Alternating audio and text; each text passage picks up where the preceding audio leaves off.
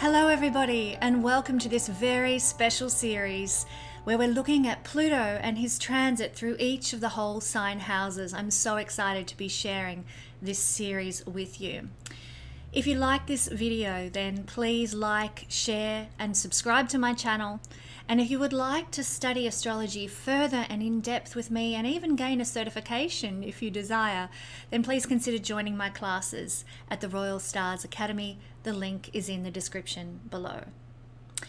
Now, on the 23rd of March 2023, which is ahead in time at the moment that I am recording this, but maybe you're watching this after that has occurred, Pluto will make his first foray into the sign of Aquarius since he was last there in 1781. Now, it's been a long time between Aquarian transits for the little planet Pluto. As such, I thought it would be a good time to talk about Pluto changing signs and what it will mean for everyone depending on your rising sign in whole sign astrology.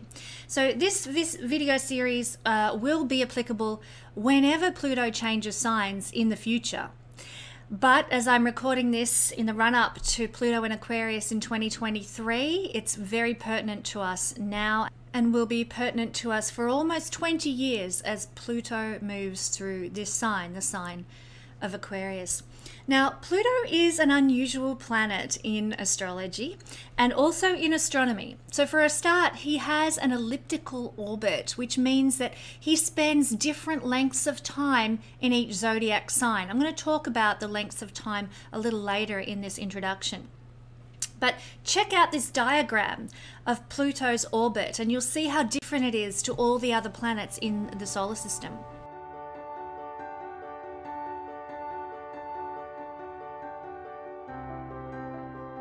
So let's look a little more now at the astronomy of Pluto.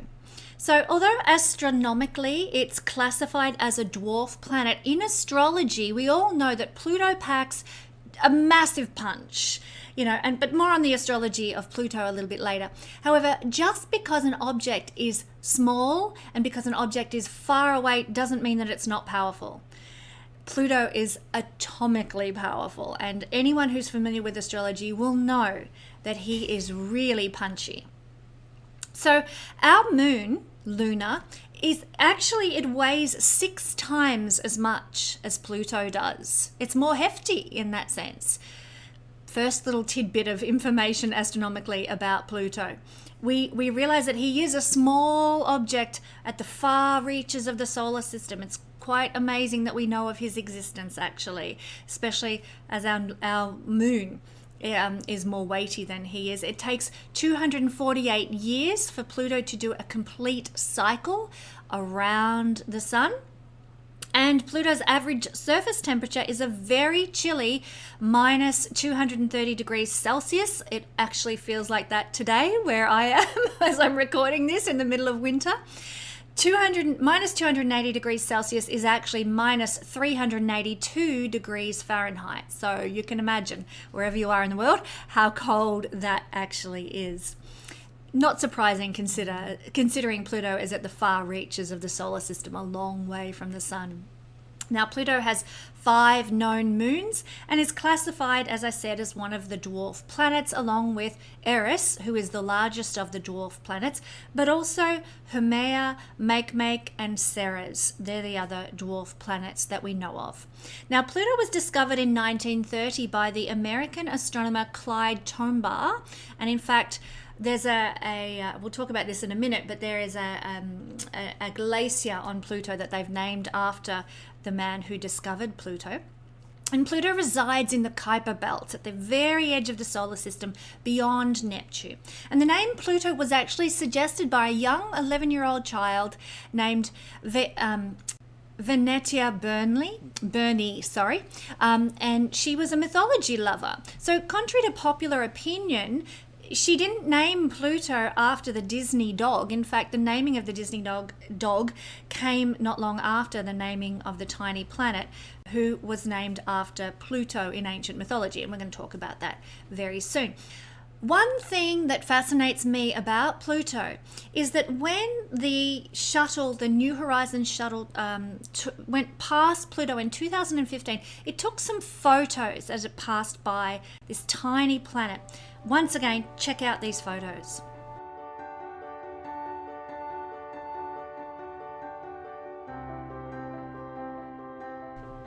Now you'll notice this heart-shaped colouring on the side of Pluto. I find this fascinating. Well, this is a glacier named after the discoverer of Pluto, and it's a glacier of frozen nitrogen. Now, due to the heat or the temperature below the surface of this glacier, this heart shape slowly churns over the course of millennia. So it changes over the course of millennia. And scientists believe that the glacial churning is ice continually refreshing itself, which is why the glacier actually shows no signs of craterial impact. You know, like there's moons, Pluto has 5 moons, and they all show evidence of having been hit by, having craters because they've been hit by asteroids and things like that. This glacier has no evidence of that because of this churning that refreshes it. Keep that in mind. Keep the word refreshing in mind because it correlates as above, so below to how we understand Pluto in astrology. And keep in mind the significance of our first human beholding of Pluto, which revealed this beating heart. It refreshes, and you know, it expands and contracts and expands and contracts as part of its refreshing process. It ebbs and flows with the cycles of the warming and cooling that Pluto experiences as it travels around the sun. Because sometimes Pluto is closer to the sun than at other times, and that affects its speed as it travels through the zodiac signs. So, in essence, Pluto's temperature ebbs and flows, which causes this heart to ebb and flow as it refreshes its cycle. It's the beating heart of Pluto. This is very important to remember when we come to talk about the astrology shortly. Now, scientists also believe that when Pluto was a very young planet, it probably contained a H2O ocean, a water ocean. In fact, it's also likely to have some sort of water in an oceanic form still in existence underneath its icy crust. But of course, we haven't landed on Pluto to determine that. We're only surmising. So it's a planet of mysteries astronomically that are slowly but surely being revealed to all of humanity. And I find all these discoveries to be very exciting, especially when we see the world through the lens of the as above, so below Hermetic principle. What about the mythology of Pluto? Well, Pluto was in mythology the son of the Titan god Saturn, and he was one of 3 brothers and 3 sisters, and 2 of the brothers and the 3 sisters were eaten by Saturn or Kronos, and these gods that were eaten, these brothers and sisters that were eaten, were known collectively as the Olympians, and they were vomited up when they were rescued by their heroic brother and king of the gods, Jupiter. And I talked about the mythology of Jupiter in my series on Jupiter transiting through all the houses, if you want to check that out. But Pluto is one of these 3 supreme male deities of the ancient Olympian Parthenon, along with his siblings, Jupiter, Neptune, Pluto, they were the masculine ones, and his sisters, Juno, Vesta, and Ceres, the 6 of them. So Pluto was the mysterious Roman god of the dead and the lord of the underworld. And this is why I've got this little display happening here. We've got a face mask from the Day of the Dead here, some dead dried flowers. These are things that Pluto correlates to. We also have a succulent. Pluto rules succulents and cactuses. We're going to talk more about what Pluto rules shortly, but I just thought I'd explain why I've got that little display beside me to symbolize Pluto. He was the lord of the dead, the lord of the underworld. He was also known as the bringer of wealth, or the god of great wealth. So the name Pluto means the unseen one, and this is why Pluto was given this name, because he had been unseen and now was seen. So very pertinent to the astronomical naming of Pluto, which I've just described. Pluto lived in underground, gloomy places, and he seemed to, as a god, have very little interest in the world of men. But similarly, he also had very little interest in the affairs of the gods as well, and he tended to avoid associating with men and gods. He was very much the loner god. He was a figure in ancient mythology of enormous dread, terrible might, like very powerful god. And he was a god who dispensed luck and controlled the fates of mortals. Pretty full on, hey? He ruled the regions within the earth and everything that came out of inner earth, so to speak, the minerals, the precious stones. And this is part of the reason he was known as the god of great wealth. Pluto was the Roman counterpart to the Greek god Hades. And Hades was the Greek god who ruled the underworld in Greek mythology. Pluto rode a chariot and he carried a staff in his hand, and he was often accompanied by Cerberus, a three-headed dog that served as both his pet and a guardian of the underworld. And if you've watched movies and so forth about mythology, you probably will have seen that three-headed dog represented. I think it's in the film Clash of the Titans, if I'm not mistaken, old film from the 60s or 70s. But one of Pluto's most famous myths centered around his abduction of the young woman Persephone and the grief of her mother, the goddess Ceres. So Pluto, this loner god living in the gloomy underworld, rarely interacting with gods or mankind, was pitied by the goddess Venus. So she told her son Cupid to fire one of his love arrows at Pluto so that he would fall in love with the next woman that he saw. And that woman was Persephone. She was playing in the fields at Nysa. So his passion and his desire was uncontrollable because of this arrow that had been fired at him by Cupid. Keep that passion and desire element in mind. It's very pertinent to the astrology of Pluto, actually. So in his passion, in his desire, he abducted Persephone in his chariot. And following her abduction, her mother, Ceres, searched high and low for her missing daughter in a panic and grief. And her search was fruitless because nobody knew where she'd gone. Persephone was in the underworld, and she became there the unwilling bride of Pluto. People sometimes in some mythologies refer to it as the rape of Persephone. But in essence, she became the queen of the underworld. Pluto, on the other hand, he refused to acknowledge that he had kidnapped her. He refused to even let it be known where she was, so she was being held in secret. I mean, one of these horrible experiences, and it brings to mind all these dreadful experiences that we sometimes hear in the news about abductions and kidnapping, and people have been held prisoner for years and so on, and what grief that must cause the parents and family involved.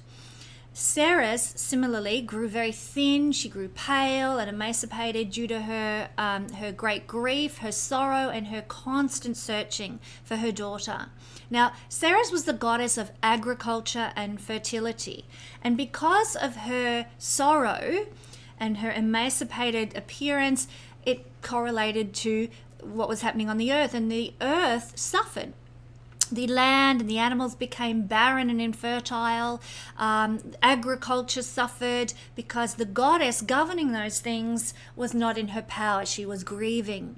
Now, Mercury, the messenger god, informed Jupiter of Persephone's whereabouts. He happened to have heard on the grapevine where she was, and he let Jupiter know where she was.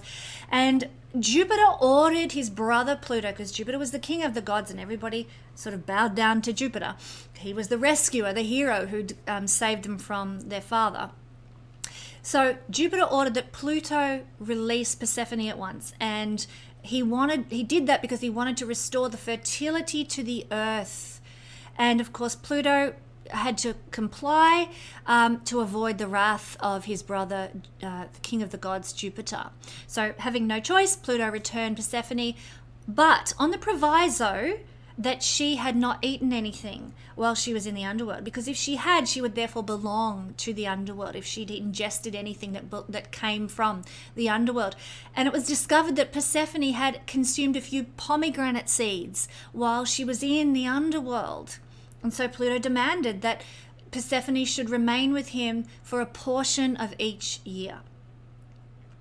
Jupiter agreed to this demand because she had consumed fruit from the underworld, pomegranate seeds. And so he ordered that Persephone would spend half her time with Ceres on the earth and half her time with Pluto in the underworld. And now we see this represented in the seasons.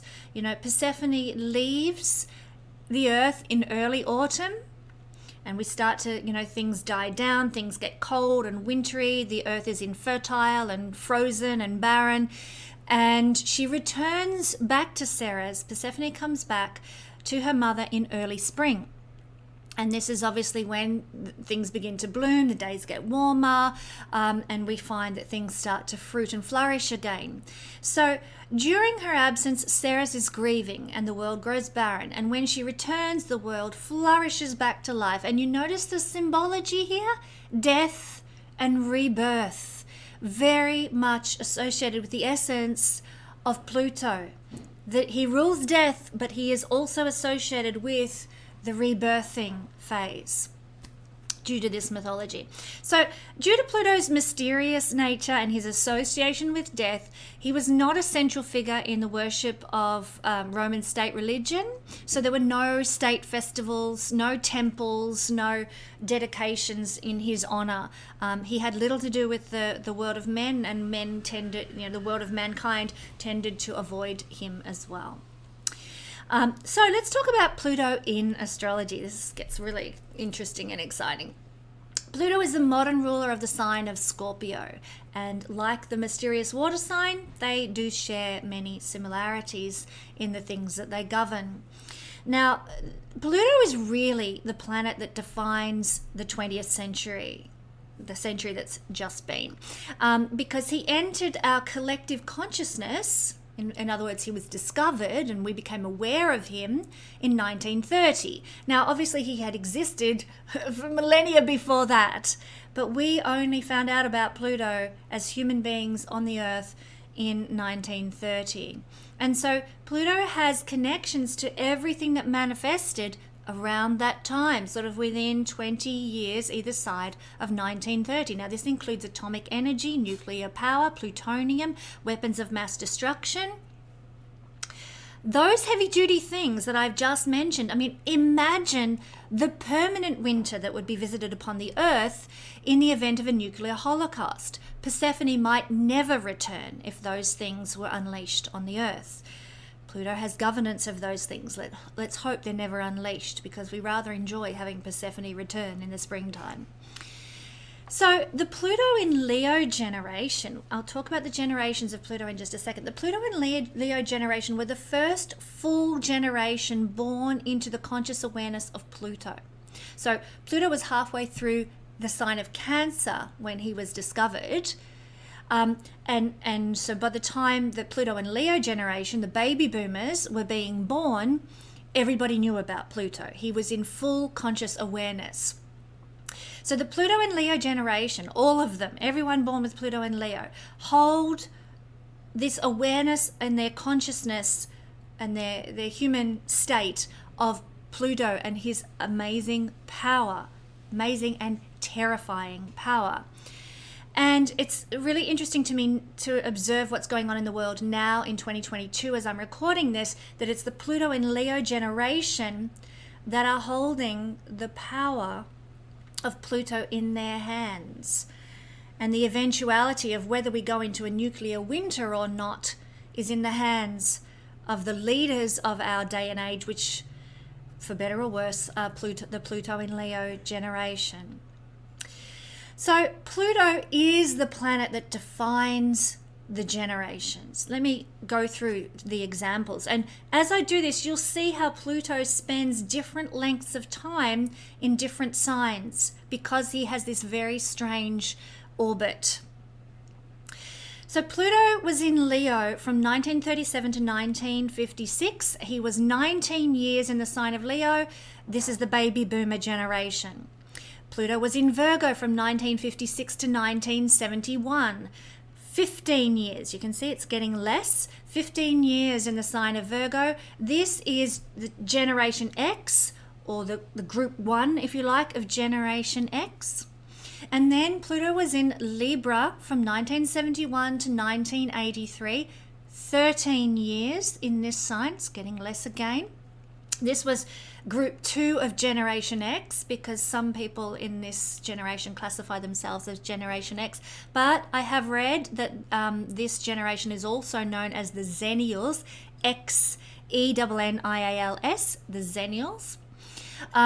Then Pluto was in Scorpio from 1983 to 1985, only 12 years in the sign of Scorpio. This is where Pluto spends his shortest length of time, in the sign of Scorpio. And this is Gen Y, the millennials, Pluto and Scorpio generation.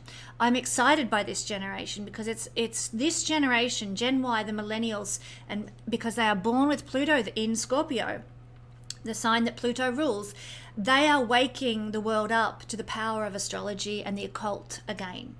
And they're very intense. They're a very intense generation. We'll find out why, because as we go along here, because Pluto is a very intense planet, powerful people, powerful generation, powerful planet in a very powerful position. So this generation are going to be the movers and shakers. They're going to be the ones who change the world and hopefully regenerate the world and bring the springtime back to the world from what has been stolen, which I believe has been stolen over the last 80 years or so. And we're getting up to sort of 90 to 100 years since Pluto has been discovered. So very interesting generation to keep an eye on. The Pluto in Sagittarius generation goes from 1995 to 2008. Pluto was 13 years in this sign. This is Generation Z. Pluto in Capricorn. Pluto spent 15 years in the sign of Capricorn from 2008 to 2023. Now we're coming to the conclusion of the Pluto in Capricorn years, and it has been said that this is known as Generation Alpha, this particular generation. Then from 2023 to 2043, Pluto is going to be in Aquarius. And this is going to be 20 years in this sign. A new generation will begin in 2023. Pluto will then be in Pisces from 2043 to 2068, 25 years in the sign of Pisces. He's going to be 29 years in the sign of Aries, which is going to last from 2068 to 2097. Then he's going to move into Taurus for 33 years. And you know, Taurus sits opposite Scorpio.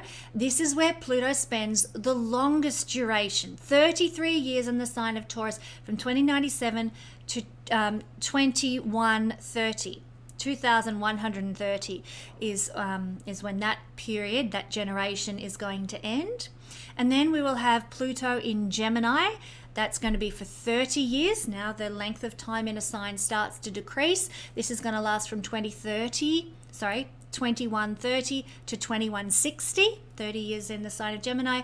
And then Pluto in Cancer from 2160 to 2186, 26 years in the sign of Cancer. And then we're back to Pluto in Leo all over again.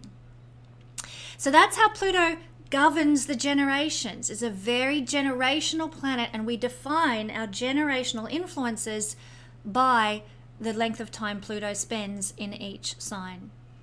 So in any singular lifetime, Pluto is only ever going to transit 3 to at most 6 houses, because he just takes that long to move through a sign.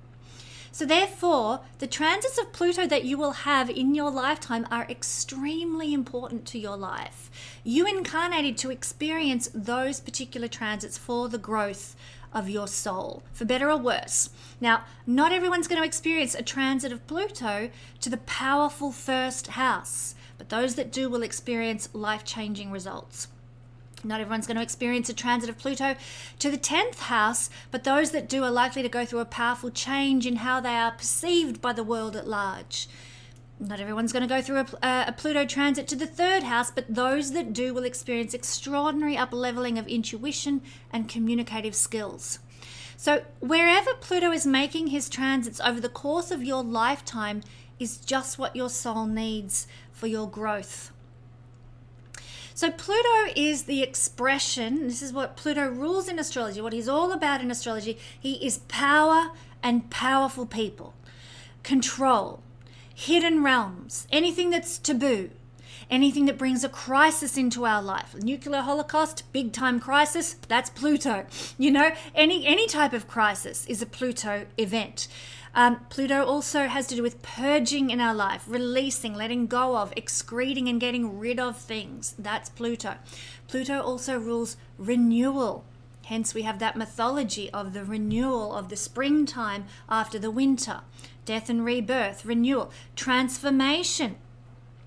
Big mythology of change, you know, winter to spring, that transformation from cold to warmth, from death to life. Pluto rules those things. Anything in life that brings a transformation is from Pluto, or considered a Plutonian experience. Pluto rules rebirthing, regeneration, renovation. He brings hidden things that are secret, out into the light. Remember his name and the meaning of his name, that which is hidden. And then he's been discovered in our lifetime. We have brung the hidden things into the light. Pluto rules, or has to do with having incredible ambition, second to none. People with Pluto strong in their chart, on the ascendant or conjunct with the sun or the moon, maybe on the midheaven as well.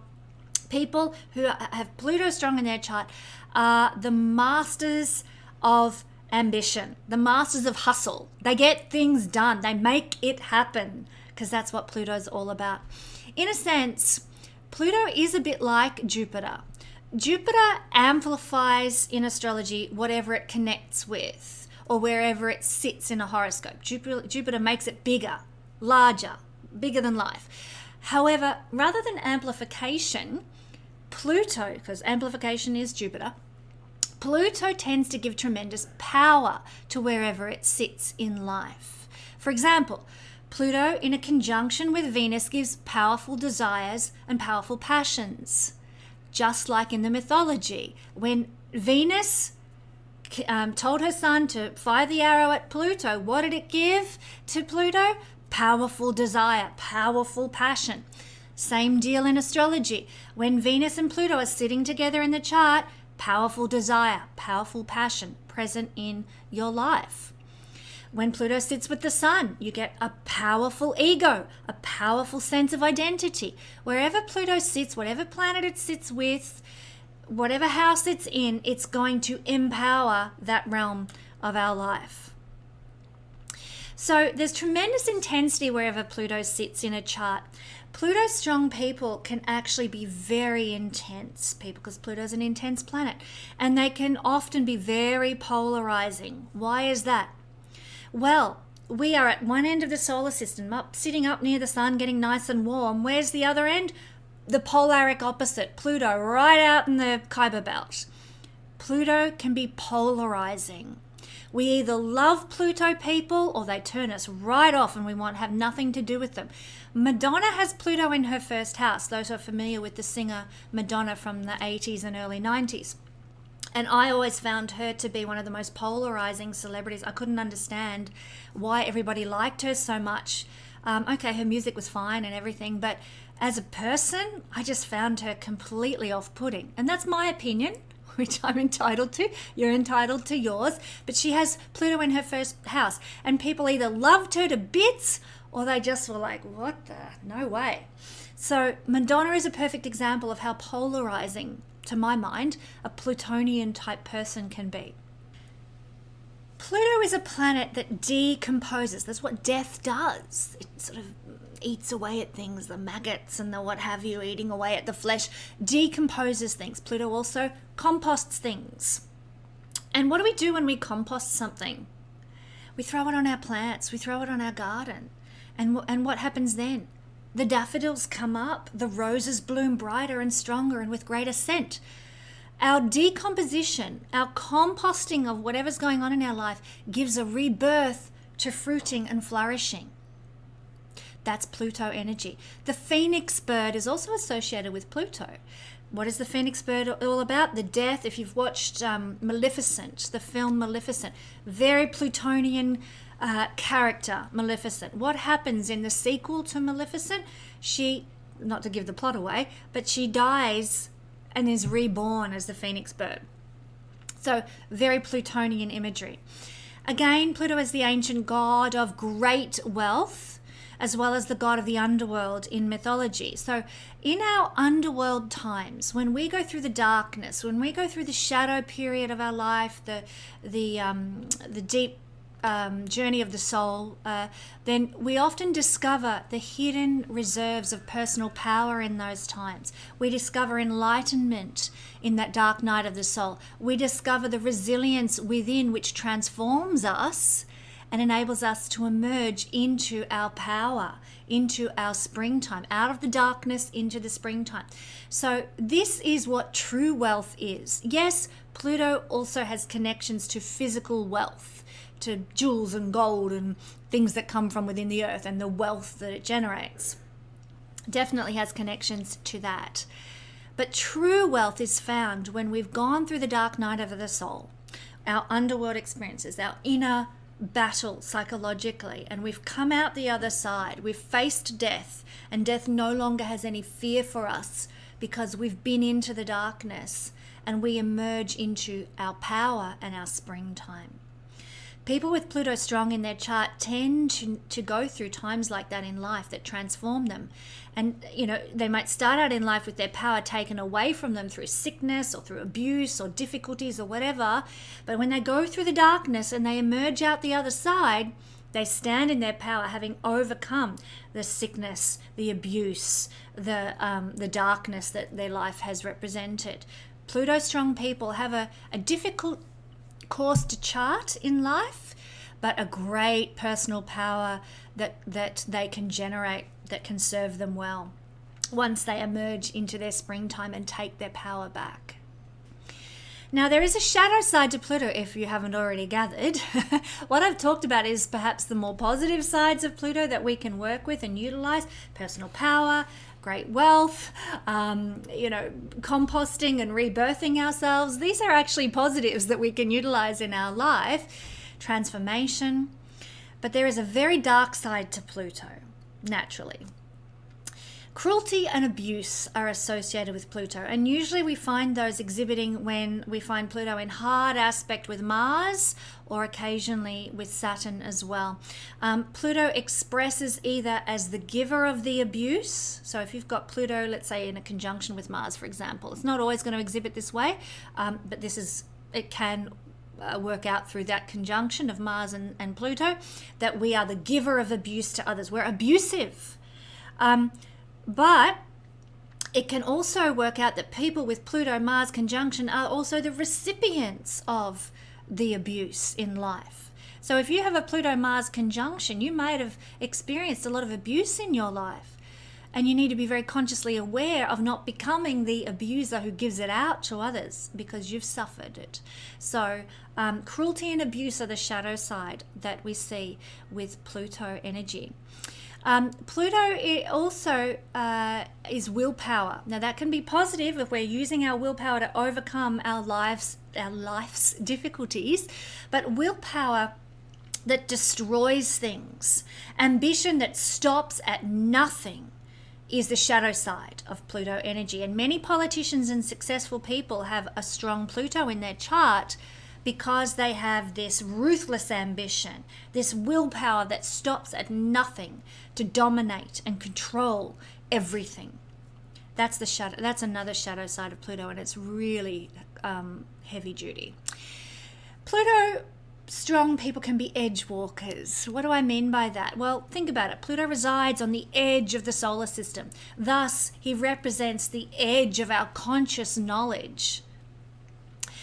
risk takers in a very dark sense of the word, people who err on almost the evil side. They're willing to go to the edge and associate with nasty people and make deals with the devil and those sorts of things.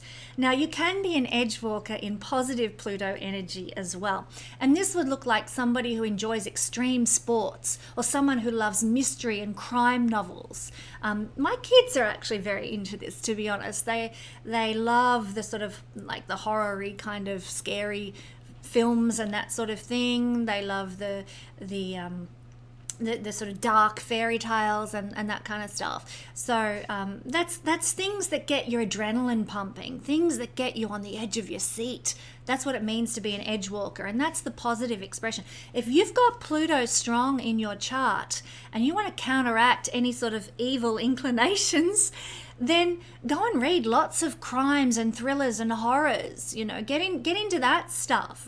Read up about serial killers and deep psychological understanding of the criminal mind, and research those things, because the more you get involved in the positive expression of Pluto energy, the less you're going to have a desire to go into the ruthless, evil, cruel, other shadow side that is Pluto energy.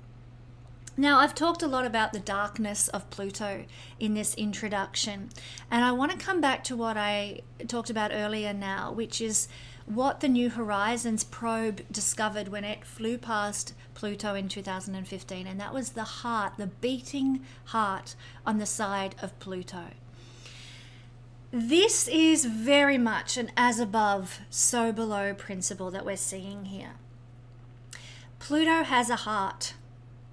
He did have a heart in mythology. He fell passionately in love with Persephone. Okay, well, he was cruel and he, abducted her and what have you. But there is a heart there that feels things deeply. Plutonian people do feel very deeply, very intensely, very passionately. This heart on the side of Pluto should represent to us the passion that is available to us. We all have Pluto somewhere in the chart. We all have passions and desires in relation to something in our life. And it is okay to honor those things, heart-centered. And I want to just bring to light the awareness that often when we go through our shadow experiences, our darkness, our, the evil side of who we are, or we're in a state of melancholy and depression and deep struggle with life, we're in our underworld phase.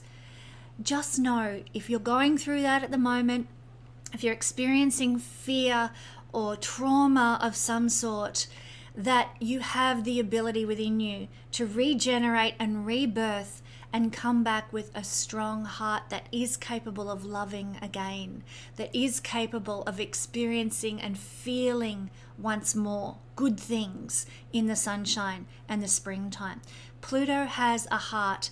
There is gold in the underworld experiences that you have, and there is a renewal in the underworld experiences that you go through, and we all go through them. There is also love at the core of what Pluto does in our life. Why? Because Pluto really does want to heal us, because he loves us. A couple of my girlfriends and I have had many discussions, my astrologically minded girlfriends have had many discussions about Pluto. A number of my highly intuitive girlfriends believe that Pluto is actually a feminine planet. Now, he was an ancient god of masculine quality, but there is also something deeply, passionately feminine, and Pluto rules a feminine sign, Scorpio. I'm not here to get into a debate about whether or not Pluto is a masculine or feminine planet or energy. That's something that you're welcome to do in the discussion comments section. But I do want people to keep in mind that Pluto has a heart, that there is a purpose to your underworld experiences. And if you see your difficult experiences in life as a chance to renew yourself and discover the gold and the strength within you, the power that is within you, then you will come out victorious. there is purpose to Pluto difficulties. That said, Pluto in karmic astrology is one of the most powerful planets. He is the planet of trauma and the trauma of our past lives. He represents that in the chart, where our traumas in past lives have come from. Plus, he also represents the antidote to our trauma, the healing of our trauma, the renewal of ourselves after our karmic darkness. So if you're interested in karmic astrology, then do come study with me at the Royal Stars Academy. We will be exploring Pluto karma in greater depth in the courses that I offer there. So just to briefly sum up with a few things that Pluto rules, like I said, succulents and cactus, dead things, festivals that have to do with death and rebirth. Pluto rules blowflies. Pluto rules toilets and plumbing. Pluto rules poisons, poisonous animals, abduction, obviously. Pluto rules cesspools. Pluto rules sex organs. Pluto rules the subconscious workings of the mind and the body. Pluto rules bombs. Pluto rules Godivas, catacombs, cemeteries. Pluto rules pests and pest control, plutonium, murder, monsters. Pluto rules psychology. Pluto rules sex, snakes, sorcerers. Pluto rules the subterranean realms of the earth. He rules taxation, terrorism, toilets, tombs. Pluto rules laser beams, kidnapping, marshes, massacres. Pluto rules masochism. Now, I need to just quantify that one or clarify that one. Pluto rules masochism in the sense of cruelty to others. That's the Plutonian side of masochism. Neptune also has associations with masochism in the sense that Neptune rules the self-debasement aspect of masochism. Okay, just to make clear that one. Anything morbid is ruled by Pluto. Anything black, which is why I'm wearing black for this series, is ruled by Pluto. Nuclear scientists are ruled by Pluto. Violence is ruled by Pluto. Wars, X-rays, victims, venom, vampires. Hope you got all those things down. There are a few things, and I hope that gives you some of the essence of this nuclear atomic planet that we are all living with in our charts these days. So let's move on now and see what Pluto represents for us when he transits certain houses in the horoscope. So Pluto is in Aquarius from 2023 to 2043 for 20 years. So if you're watching this video during that 20-year time frame, you'll be able to determine where Pluto's transiting in your chart and how it will be affecting you. So if you are an Aquarius rising person, then Pluto will be transiting your first house for the next 20 years. Simple as that. So this video is for Aquarian people who will have Pluto in their first house. Now, if you happen to be watching this video after 2043, and I hope you are, hello, then you will have Pluto in a different house. Pluto will be in Pisces, and it will be Pisces people who will be watching Pluto's transit in the first house after 2043. But how do you work out which house Pluto is in? Well, basically your rising sign in whole sign astrology is your first house. If Pluto is there, it's in your first house. Easy as that. So not everybody gets to experience this very powerful transit. As I said, Pluto only moves through maybe 3 to 6 houses in any given lifetime. So if you're an Aquarius rising person, then this is to have Pluto moving through your first house is very special. You incarnated to experience this. It's going to bring your way a very serious up-leveling of your energy and vitality over the next 20 years. You're going to have more willpower. At the end of this transit or during this transit, particularly when it crosses your ascendant degree, you're going to notice that your willpower and your desire for ambition and your desire to accomplish things in life is off the Richter scale. Like, it's nuclear in its power. And so because your desire is so great, your ability to generate manifestation from that is also great. So there's this overwhelming desire that you might experience to share your natural talents and your natural gifts with the world. I know lots of Pluto rising people, and they are forces to be reckoned with. Don't stand in their way. They are doing their thing. They are living their purpose. They're getting it out there. Nothing's going to stop them. You will experience what this is like by transit, Aquarius rising people or first house Pluto transit people over the course of this particular transit. There's also going to be an increase in your vibrational energy. You'll be vibrating at a new frequency throughout the course of this transit, and that has to do with this up-leveling of the soul. So, I'm not saying that your aura is going to change color or anything like that, but generally you're going to be buzzing, vibrating as a body at a new level. Now, that can be a bit disconcerting in the beginning for a lot of people as they enter into this new Plutonian energy, but sit tight with it. You'll get used to it after the first few stages of Pluto in the first house occurs, because this is the house of the body. So the body and the energy of the soul within that body is up-leveling through this experience, this heightening of energy. Along with this, your personal magnetism will increase. I just have to share that amongst my astrological friends, we have often discussed whether it's better to have Jupiter in the first house, making you an expansive, abundant, jovial personality, or Pluto in the first house, which makes you extremely magnetic and draws events and powerful circumstances into your life, but usually after you've had to deal with some kind of pretty heavy-duty crap in the early part of your life. Is it better? Which is better, Pluto or Jupiter in the first house? The general consensus seems to be that Pluto is better. I guess it all depends on what it is you want to achieve out of your life. Do you want to be a happy, jovial, easygoing person, or do you want to achieve and get your ambitions met? No, all depends on what you're after. But your personal magnetism can increase with this transit. There can also be a new sense of self-expression that comes to the fore during this transit. New self-expression emerges. Maybe even your physical body can go through a transformation as well during this transit. A new aura, a new spirit that comes to the fore, and that can change how you look completely. So you might be about to go through a 20-year complete renewal of who you are. Now, it doesn't mean you're going to suddenly look 20 years younger, but who you look in 2023 compared to who you look like in 2043 could be polarically different. Not just that you're aging in that 20-year period, because we all age, but the essence of who you are can absolutely change and transform as well. You might find that during this transit, you enter into a new creative energy, that your creativity takes on a whole new expression.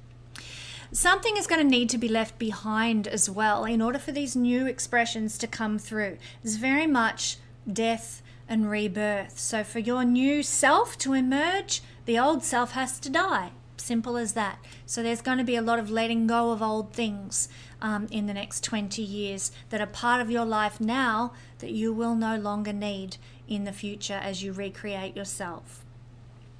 Now, Deepak Chopra, in his book, The 7 Spiritual Laws of Success, writes about the law of pure potentiality. Pluto is pure potentiality. Pluto is potential, like the amount of potential that's now coming into your life, Pluto first house transit people, it's off the charts. You will either make your life exceptional or it will break you. Let's look at what Deepak has to say about the law of pure potentiality. And so I'm quoting here. He says, our essential state is one of pure potentiality. This is all people, but it's going to be felt very strongly for Pluto in the first house transit people. Our essential state is one of pure potentiality. Pure potentiality is pure consciousness. It is the field of all possibilities and infinite creativity. Our physical body and the physical universe, everything in the material world, comes from the same place, a field of silent, unmoving awareness from which anything is possible. This field is our own self. And when we know that our essential nature is one of pure potentiality, we align with the power that manifests everything in the universe. This quote from Deepak Chopra's book will be so real to you, Pluto in the first house transit people. I would encourage you to write that quote down or get a copy of his book, because that law of success, 7 Spiritual Laws of Success is the name of his book, is going to be very real for you. You are pure potentiality. We all are. But if ever a group of people is going to be able to manifest that pure potentiality out into their lives, it's the Pluto transit the first house people, Aquarian people. The power is yours now. How are you going to sit with this? Well, Deepak also writes that we need to take time to be silent, to just be. Silently witness in the intelligence in every living thing and practice non-judgment. The more you can be with that ideology, the more you can embrace the pure potentiality that is within you and bring it out and manifest whatever you want to manifest. Such an exciting time for Pluto in the first house transit people. Now, as Pluto is pure potentiality, you are going to come to understand the essence behind this quote during this transit, and you'll also learn to harness the power to be able to manifest that which you want in life. And we can expand beyond our wildest dreams if we are conscious about choosing this energy. It's the opportunity of a lifetime. The opportunity of a life. Not everybody gets to experience this. Not everyone gets to know this. So sitting on your laurels, watching Netflix and waiting for all the opportunities to just come and land in your lap is not going to see this time being fruitful. You'll waste it. What is required is Pluto passion, Pluto desire that fuels your action. If you put your effort in, if you put your passion into what you want, you will succeed. If you don't, if you're a lazy ass who can't be bothered, then you will waste this glorious opportunity that is coming to you. So what else is going to happen with Pluto in the first house? Well, personalities can be very much restructured. Not only the body and your image, but your personality might go through a big overhaul as well over the next 20 years of this transit as well. We become more sensitive. We can become more vulnerable as well. And because we're sensitive and vulnerable, we can tend to react to life in very dramatic ways. So do be conscious of that. You know, there's a shadow side to everything, and overreaction to circumstances of life. Creating drama wherever you go. That's a Plutonian thing. So be aware of that. You don't want to be known as the drama queen or the drama king. You want to not be that. So knowledge is power. Conscious awareness is power. Pluto in the first house can make that more of a thing in your life. Pull yourself up if you notice that you're being the drama queen or the drama king. So it's a remodeling of the ego that occurs with this as well. And this might happen multiple times for the duration of this particular transit, because we're going to be experiencing, Pluto in the first house people are going to be experiencing transformational life circumstances during this transit that'll remodel who you are time and time and time again. Death and rebirth, death and rebirth, death and rebirth. Getting rid of old patterns, getting rid of unhelpful habits, part of the purging, the composting, the releasing and the letting go. That's very Plutonian. This transit can also bring a divine push your way. Now, the divine push can either happen with your will involved or against your will. The choice is yours, it's up to you. But a divine push to change and reinvent yourself is inevitable with this transit. So pay attention to where your heart is calling to you. Listen to your heart. You cannot deny your heart when Pluto is calling you, and he will be calling you for the next 20 years as this planet moves through your first house. I would encourage you to learn to listen to your instincts if you don't know how to do that already, because there is a greater emphasis on listening to your instincts now, and the ability to follow through and listen to your gut is entirely up to us as individuals. So learning to respond to the signals in your body and your heart and your soul, where your gut is leading, where your intuition is leading you, it's kind of like imperative to get the most out of this particular transit that you know how to do that. Pluto in the first house can make us brutally honest with ourselves and brutally honest about our life situation. We become brutally honest about who we're married to. Am I in love with this person or not? Brutally honest about our career choices. Oh, do I like that or not? Brutally honest about where we live. We cannot deny the truth, the absolute truth of what we are experiencing in the body during this transit. And because of that, Pluto can often bring a closure to all kinds of situations in our life. So Pluto in the first house can end marriages. Pluto can end career paths when he's in the first house.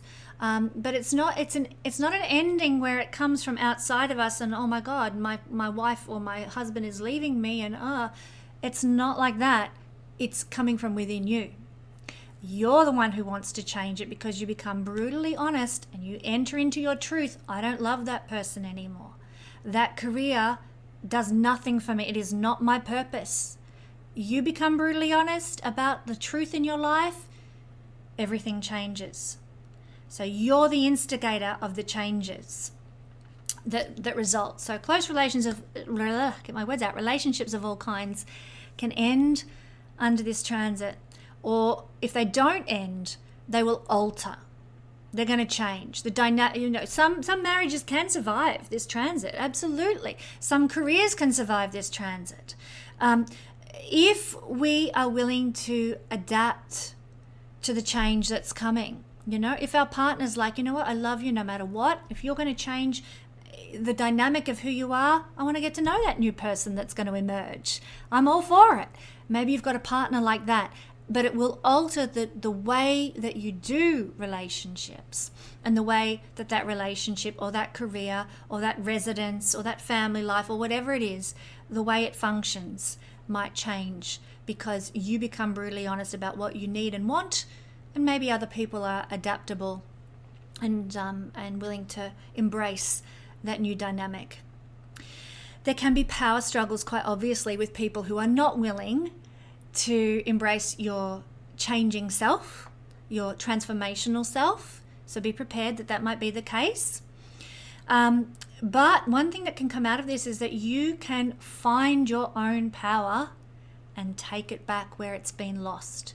If somebody has taken your power from you, I'm going to use an illustration here. It won't be applicable to everybody, but if you've been married for 20 years and your husband has stomped all over you and made you feel less than, and you have lost your power because of that marriage, Pluto in the first house is going to help you take your power back. You might pack your bags and leave and say, see you later, alligator, because I am taking my power back.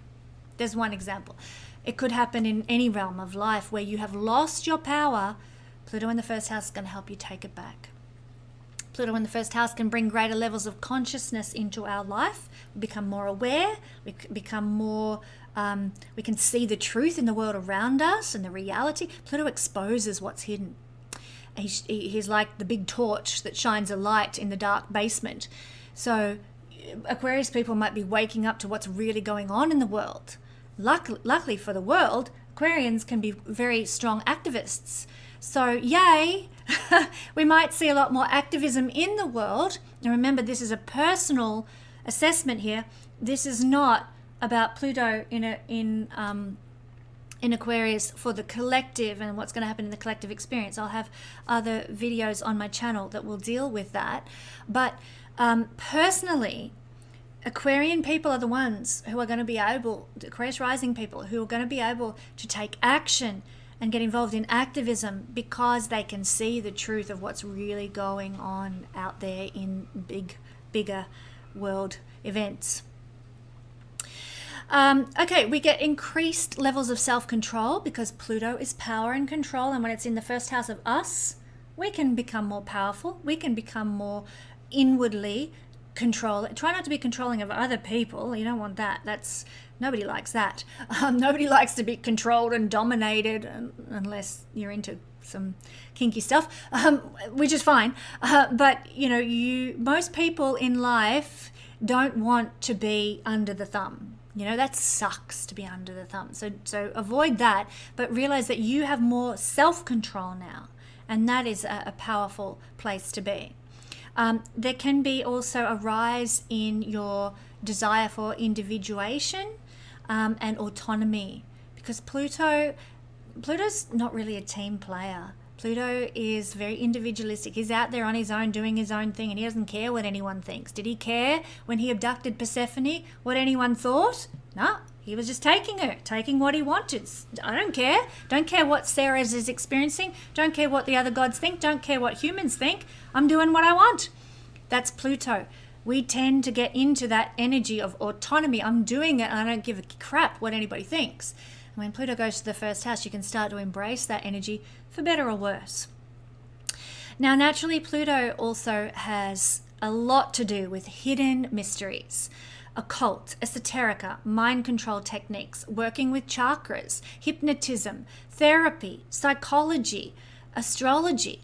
All of these kinds of things will really intrigue us now. We might be experiencing more of those things. We might do past life regressions all the time. We might get involved in some sort of hypnosis or psychology or research esoterica. Like, we're drawn to that stuff now with Pluto in the first house of us and who we are.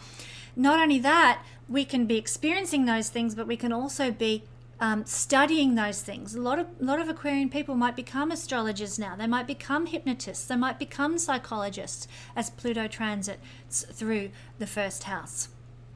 A lot of Aquarian people, or people who are having, depending on when you're watching this video, people who are having Pluto transit the first house, a lot of people with that transit will be embracing the potential of their destiny and becoming world changers. Now, whether that's world changers at like a high level, like, you know, you're, I don't know, a president of a country or something like that, or whether that's you're changing the world that you live in, maybe you're head of a tribe in Papua New Guinea, in some way, people who are having a Pluto transit of the first house will begin to change their world, the bigger, larger world, or the general world in which they live. They'll become world changers under this influence.